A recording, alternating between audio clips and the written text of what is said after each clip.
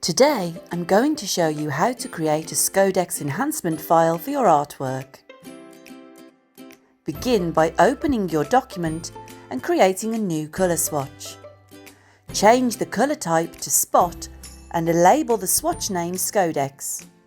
Choose a colour that enables you to easily identify Scodix elements and press OK.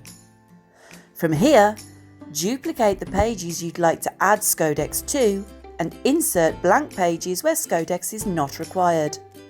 Next, select the elements you'd like to enhance and colour them with the Scodix swatch. You can also vary the build height of individual Scodix elements by adjusting the opacity. For the best result, we recommend 20% for low build areas and 100% for higher ones. Be sure to include a 2mm clear area around the edge of the design. This is required to avoid cracking when cut by our guillotines. Once you're happy, export your PDF. This PDF should contain both print and Scodix elements in a single file. You can now place your order and upload the completed PDF for printing.